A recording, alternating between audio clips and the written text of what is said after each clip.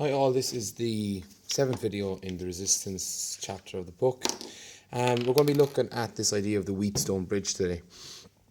Now, a Wheatstone bridge is actually a very useful piece of material. It's used in fail-safe devices and ovens and things like that. Now, most resistors react to a certain type of change. So we have light-dependent resistors, LDRs, and of course, as the light shines upon these, they change, the resistance changes. We've thermoresistors,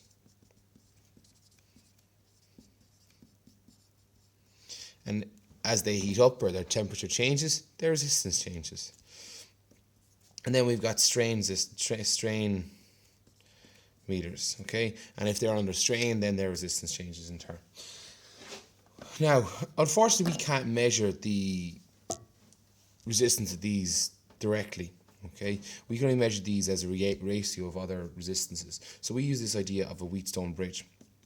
Now, a Wheatstone bridge is a very simple setup where we have, say for instance, we have a current flowing through a circuit where it works something like this.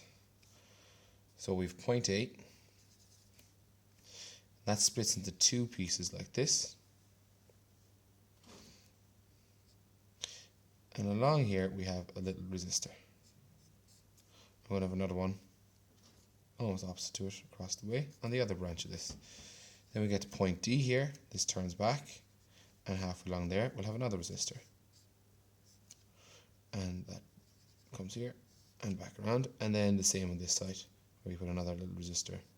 Oh, resistor obviously is a rectangle, and joins back up there. And then what we're going to do is we're going to just reconnect all of this around. Now, in the middle, we're going to put this little thing called a galvanometer. Okay, galvanometer. What a galvanometer is just something that detects current. It just flicks left and right when it detects current.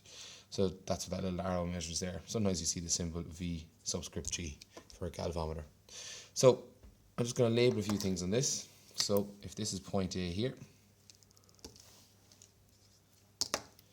okay, and this is point B, C, and D, then this will be R1, R2, R3, and R, we'll call it X for now, okay? But this is the resistance that's going to change. So say for instance, if we're in an oven, we'd have a thermoresistor in this spot here. And the Wheatstone bridge works out really well because it gives us this little formula for figuring out the unknown resistance. The ratio of resistances on the left-hand arm, A, D, C, is R1 over R2, should be equal to the ratio of resistances between R3 and R7 when the galvanometer reads 0.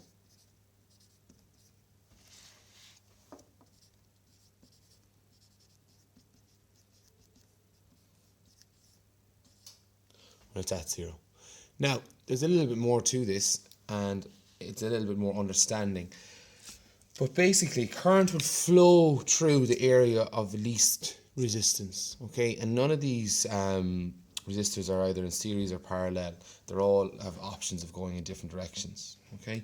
So we like to use the analogy of, say, we have two rivers, okay? Okay, two rivers running parallel to each other. Same type of river, except one river is carrying less current than the other. Okay, now if we connect up both of those rivers, so I'll redraw this analogy. Okay, we'll call this river A, and we'll call this river B. If we these two rivers run parallel to each other, this is A with more current.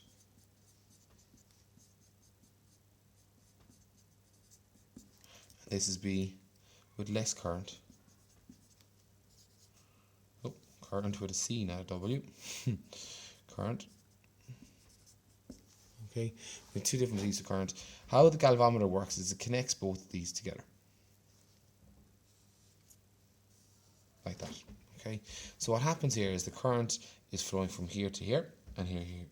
And obviously, if there's more current in this area here, it will transfer across the path of least resistance to here. Because current, we know, like anything, the gravitational field wants to go from high to low. So that's what will occur there. But as this river begins to fill up and it gets to its maximum point, it'll obviously back up through here.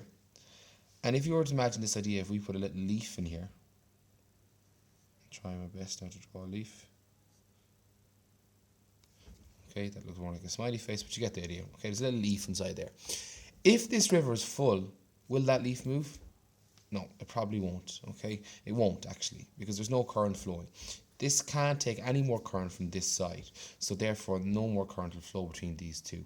And that's the same idea that happens in a galvanometer, because if we have our Wheatstone bridge set up,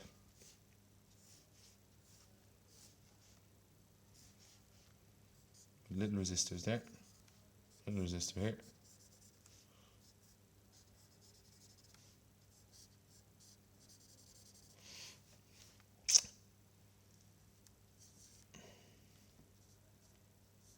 the same setup more or less there.